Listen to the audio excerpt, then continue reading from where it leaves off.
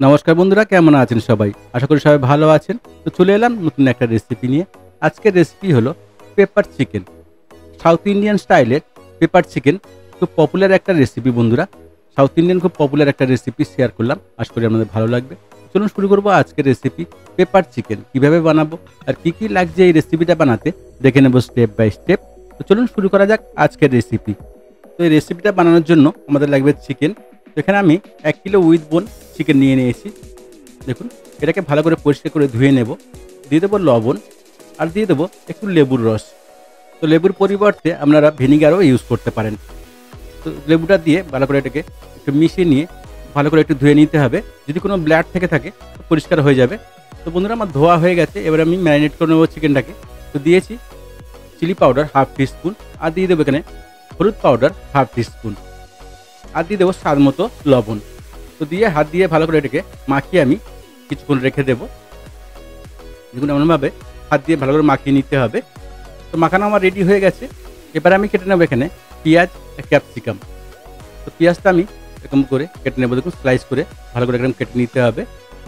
দেখুন, পেঁয়াজটা এমন পাতলা পাতলা হবে, খুব মোটা না, পাতলা পাতলা পেঁয়াজটা কেটে নিয়েছি। আর নিয়ে নেবো ক্যাপসিকামটা এরকম করে পাতলা করে একটু কেটে নেব।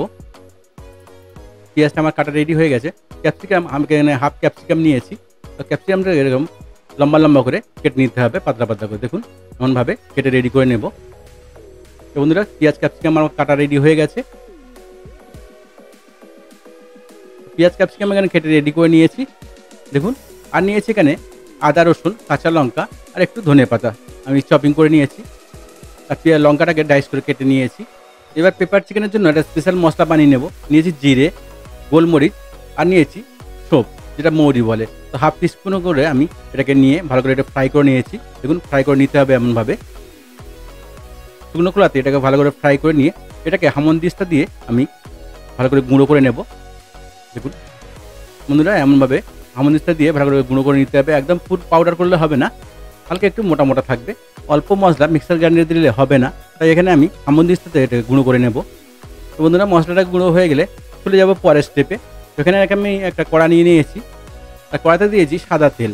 আপনি চাইলে এটাকে সরষের তেলেও বানাতে পারেন। তো আমি এখানে সাদা তেল নিয়েছি 2 টেবিল স্পুনের একটু বেশি। তো তেলটা এখানে গরম হলে তারপরে এখানে দিয়ে দেবো আমি 2টো শুকনো লঙ্কা, আর দিয়ে দেবো হাফ টিস্পুন গোটা জিরা। দিয়ে একটু ভালো করে ফ্রাই করে নিতে হবে। জিরাটা ভালো করে ফ্রাই হয়ে গেলে তারপরে দিয়ে দেবো যে স্লাইস করে পেঁয়াজগুলো কেটে রেখেছিলাম আমি, সেই পেঁয়াজগুলোকে দিয়ে দেবো এখানে। দিয়ে একটু ভালো করে ফ্রাই করে নেব। আর দিয়ে দেবো কাঁচা লঙ্কা। আমি এখানে 3খানা কাঁচা লঙ্কা ডাইস করে কেটে নিয়েছিলাম, সেটাকে দিয়ে দিয়েছি। একটু পেঁয়াজটা ফ্রাই হয়ে গেলে তারপর এখানে দিয়ে দিতে হবে ক্যাপসিকাম, যে লম্বা করে ক্যাপসিকামটা আমি কেটে রেখেছিলাম। সবগুলো দিয়ে একসঙ্গে ভালো করে একটু ফ্রাই করে নেব। পেঁয়াজ ক্যাপসিকামটা একটু ভালো করে ফ্রাই হয়ে গেলে তারপর এখানে দিয়ে দেবো আমি আদা রসুন চপিং করা, যে আদা রসুন আমি করেছিলাম। তো আদা রসুনটা দিয়ে দেবো, দিয়ে একটু ভালো করে ফ্রাই করে নেব। দেখুন, এমনভাবে যাতে আদা রসুনের কাঁচা গন্ধটা না ওঠে, একটু ভালো করে ফ্রাই করে নিতে হবে। খুব সুন্দর একটা রেসিপি বন্ধুরা শেয়ার করলাম, আশা করি আমাদের ভালো লাগবে। সবগুলো একটু ভালোভাবে ফ্রাই হয়ে গেলে তারপর এখানে দিয়ে দেবো আমি মশলা। এখানে দিয়েছি স্বাদ মতো লবণ, আর দিয়ে দেবো এখানে কাশ্মীরি লঙ্কা পাউডার 1 টিস্পুন। দিয়ে ভালো করে এটাকে ফ্রাই করে নিতে হবে। দেখুন, এমনভাবে ভালো করে একটু ফ্রাই করে নেব। যেহেতু হলুদ পাউডার আমার দেওয়া আছে চিকেনে, সেখানে হলুদ পাউডার দেওয়ার দরকার নেই। তো কাশ্মীরি লঙ্কা দিয়ে আর নুন দিয়ে ভালো করে এটা ফ্রাই করে নেব। তারপরে চিকেনটা তুলে দেবো। যে চিকেনটা আমি ম্যারিনেট করে রেখেছিলাম সেটাকে দিয়ে দেবো। দিয়ে ভালো করে 7 থেকে 8 মিনিট এটাকে ভালো করে কষিয়ে নিতে হবে। দেখুন, এমনভাবে ভালো করে কষাতে হবে। যেহেতু চিকেনটা ড্রাই হবে, তাই এখানে কোনো জল আমরা ইউজ করবো না, জল দেবো না। দেখুন, এমনভাবে ভালো করে একটু কষিয়ে নিতে হবে। লো টু মিডিয়াম হিটে ভালো করে এটাকে কষিয়ে নিতে হবে 7 থেকে 8 মিনিট। এটাকে ভালো করে কষিয়ে নিয়ে একটু একদম লো হিটে এটাকে আমি ঢেকে রেখে দেবো 3 থেকে 4 মিনিট। তো দেখুন বন্ধুরা, চিকেন থেকে জল ছেড়ে দিয়েছে। এই জলেই আমার চিকেনটা রেডি হয়ে যাবে। একদম মিডিয়াম হিটে এটাকে আমি জল দেবো না, মিডিয়াম হিটে এটাকে কষে কষে আমি চিকেনটাকে রেডি করে নেব। দেখুন, এমনভাবে ভালো করে এটাকে কষিয়ে ভালো করে রেডি করে নিতে হবে। আর একটু আমি 2-3 মিনিট আরও ঢাকা দিয়ে এটাকে ভালো করে কষিয়ে নেব। বন্ধুরা, কত সুন্দর হয়েছে, চিকেনটাও সিদ্ধ হয়ে গেছে। দেখুন জলটাও শুকিয়ে এসছে, তো আরও একটু জল আমি ভালো করে শুকিয়ে নেব। খুব সুন্দর একটা রেসিপি বন্ধুরা শেয়ার করলাম, আশা করি আমাদের ভালো লাগবে। আর যদি আমার রেসিপিটা আমাদের ভালো লাগে তো চ্যানেলটাকে লাইক শেয়ার সাবস্ক্রাইব করতে ভুলবেন না। আর নতুন নতুন রেসিপি দেখতে চ্যানেলটাকে সাবস্ক্রাইব করে রাখবেন আর বেল আইকনটাকে অলে সেট করে রাখবেন, তাহলে কী হবে আমি যখনই নতুন রেসিপি ছাড়বো নোটিফিকেশনটা আপনি আগে পেয়ে যাবেন। তো দেখুন বন্ধুরা দিয়ে দেবো সেই ভাজা মশলাটা, যেটা স্পেশাল মশলা আমরা বানিয়ে রেখেছিলাম সেটাকে দিয়ে দেবো।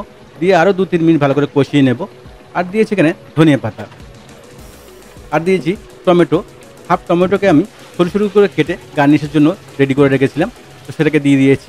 দিয়ে ভালো করে এটাকে আরও 1-2 মিনিট ভালো করে কষিয়ে নেব। দেখুন এমনভাবে ভালো করে একটু কষিয়ে নিতে হবে। দেখুন কত সুন্দর কালার এসছে, খেতেও খুব মজা হবে।